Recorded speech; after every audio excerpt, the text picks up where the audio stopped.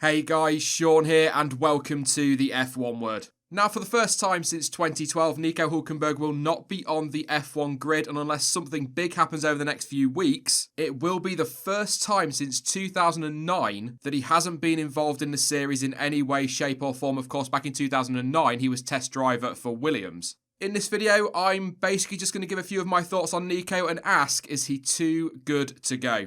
Do you know, I came into this video with the intention of being objective, looking at both sides of the argument as to why he should stay or maybe why he shouldn't stay, but I can't do that. You guys are always telling me, Sean, say what you want, be who you want to be true to yourself and all of that, and if that's what you want in this one, that's what you're going to get. Quite frankly, I think it's BS. If somebody had told me at the start of the season that we would lose Hulkenberg from F1, I would never have believed it, certainly not for the end of 2019. And when you consider that the likes of Lance Stroll, Romain Grosjean are both going to be on the grid, you've got Nicholas Latifi coming in, and you've even got Dan flipping Ticktum in a development role at Williams. Sod off with that. I mean, come on, how many chances does a petulant little brat need? Meanwhile, Nico Hulkenberg's going to have to spend his Sundays watching on Sky F1 like the rest of us. And yeah, you could probably tell that this was recorded the day that Ticktum was announced as Williams' reserve driver, but there we go, I'm going to say what I want to say. How he's ended up in Formula One is absolutely beyond me, but there you go, I'd imagine it's got something to do with money.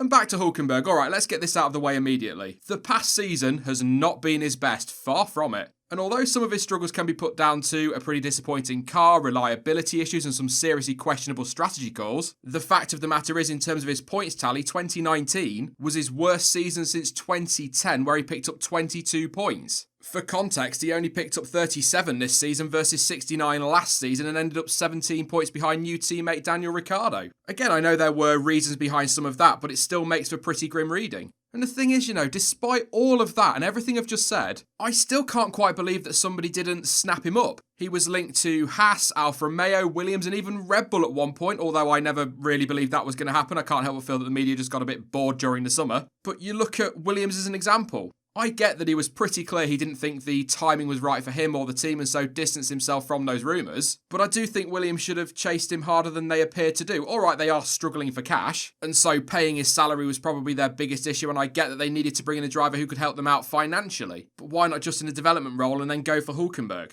Don't get me wrong, I understand why they went down the route of taking on Latifi, but they could have brought money in other ways. But ultimately, if the decision was down to pure talent, surely they would have taken Nico on. I mean, his experience alone would have been a huge benefit to that team, and with Latifi and Dan Ticktum, I really can't get over that, joining Russell next year, that experience that Hulkenberg could have brought would have been invaluable to them. Russell was really good in 2019, but he's not very experienced, so when it comes to developing the car, they're really going to struggle. The thing is, though, as I've already said, he wasn't really interested in joining Williams, which I totally understand, by the way. I don't think I'd really want to go to Williams in the state that they're in. And they couldn't have afforded him anyway, so really it's a pretty irrelevant conversation to have, but that's not going to stop me bringing it up. You know me by now.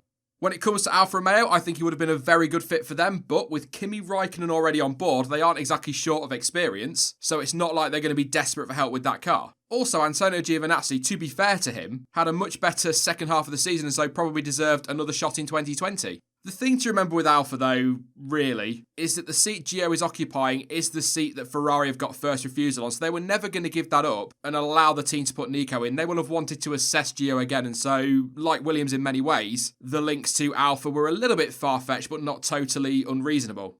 And that leaves just Haas. And this is the one I cannot get my head around. Before anyone says it, yeah, I know that they wanted to go down the route of continuity. That does make sense. I totally understand that keeping Kevin Magnussen and Romain Grosjean means that they don't have to worry about bedding in, if you like, a new driver at the team, and so can put full focus on sorting that car out. I do also, albeit to a lesser extent than previous years, I do also get that maybe they wanted to reward the loyalty their drivers have shown, given how poor the season has been for them. But quite frankly, I would never take Grosjean over Hulkenberg if the German was available. No way. Look, I've been saying this a lot lately. I give Grosjean a lot of stick, I know I do. But most of that is just banter with Dan. I do genuinely think he's a good driver, or at least he certainly showed that a few years back, and I do actually quite like him. I also totally understand he had a rough year when it came to luck and reliability, but I can't help but feel like he was already on borrowed time, and so it was, for me at least, quite a shock to see him kept on. I really did think they would go for Hulkenberg. And yeah, Magnussen Hulkenberg could have been quite explosive, but it's not like Grosjean and Magnussen didn't come to blows a few times this year. They'd have managed it. Look at it this way though, if they'd added Nico to the team and partnered him with Magnussen, they would have still kept some of that continuity. You know, someone who has driven the car in 2019 and can say next year this, that and the other is better than last year's car, but this is worse. And then they still gain on top of that a very experienced driver who has a lot of consistency on his side. Yeah, Grosjean is experienced, but he's not massively consistent. And when it comes to that midfield fight, that's something that is critical, certainly with it being so close at the moment. I don't know how true they were, but there were some reports claiming at the time that Hulkenberg wouldn't take enough of a pay cut to join Haas, and as a result, they couldn't afford him in the end. Honestly, I do see some truth in that because Gunther Steiner was fairly vocal at the time that they were looking at signing him, so something has prevented that from happening. Maybe it was the money, in which case you could argue that in that situation, Hulkenberg's only got himself to blame.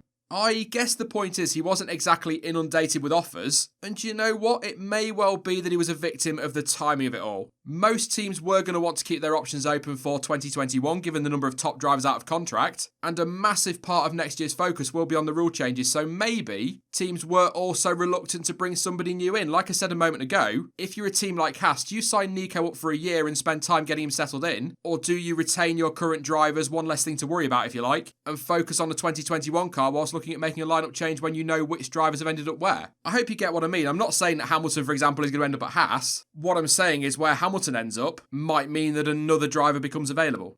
I think you've already managed to work this out, but the whole thing for me is very hard to take. Like I said right at the start, whilst Hulkenberg is going to be sat on the sidelines, the likes of Lance Stroll, Romain Grosjean, Nicholas Latifi will be lining up on the grid in Australia, and the likes of Dan Tickton will be holding development roles. And I feel a bit bad, giving Latifi a bit of stick because we've not really seen what he can do in F1. He might be brilliant, but let's not kid ourselves. One of the main reasons he's there is because he brings money to Williams. It's just massively frustrating when you look at some of the bang average drivers that will be on the grid, whilst the likes of Hulkenberg, and there are others as well out there, have ended up missing out on seats, and then people will still say that F1 is supposed to be the pinnacle of motorsport. And yeah, I've been watching the sport for nearly 3 decades now, so I'm fully aware that paid drivers have always been a thing in F1 and will always be a thing. But that doesn't mean that I have to like it and that I can't question it, especially again when we lose a far better driver as a result.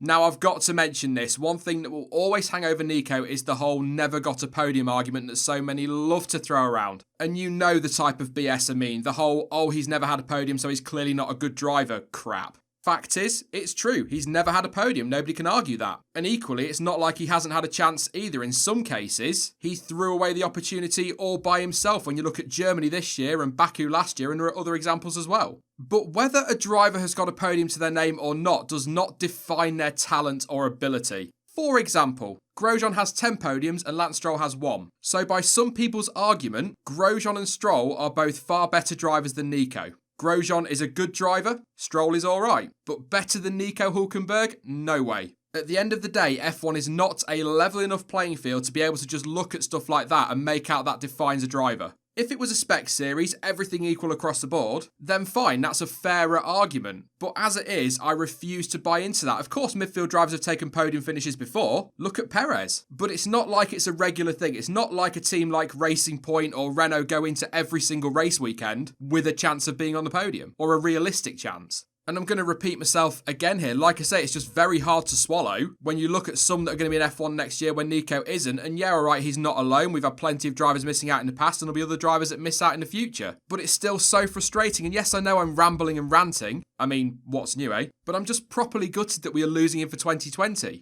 Look, I'm not saying he's the greatest driver the sport has ever seen. No way. Frankly, I'm not even trying to make out that he's the best driver in that midfield. There are a number of drivers I'd rate above him. Perez, for example, Ricciardo, based on his 2019, even Sainz as well. And that's just 3 off the top of my head. But ultimately, he is a far better driver than some who will be around next year, and in some cases, probably around until they choose to call time on their career or daddy sells their team. Whether you like it or not, Hulkenberg is quick, he is massively experienced, and has demonstrated throughout his career that he is consistent. I mean, prior to this season, he hadn't failed to finish outside the top 10 in the championship since 2012, when he finished 11th overall. He is a far better driver than he gets credit for, and he should be on the grid next season if we, once again, consider some of the bang average drivers that are going to be on the grid. So I guess to answer my own question, yes, he is far too good to go. And I just really hope that we see him back in F1 in the near future, although I've got to be honest, I seriously doubt it's going to happen. come 2021, he's going to be 34 years old. And although that's not old, trust me, and we have got older drivers on the grid, for example, Kimi Räikkönen. But a lot of teams are going to be looking to the future when it comes to 2021. And a driver like Nico Hulkenberg, unfortunately, will be easily forgotten. A year is a long time in F1.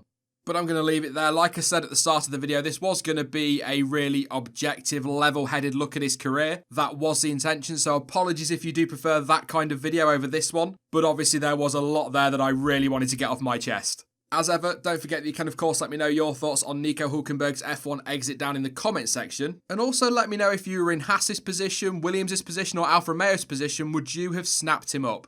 Now, once I've calmed down, I will be back soon with more content as ever, but in the meantime, don't forget that you can of course follow me over on social media, and all of the links you need for that are in the description down below. But as ever, thank you for watching. I've been Sean, this has been the F1 Word, and until next time, goodbye.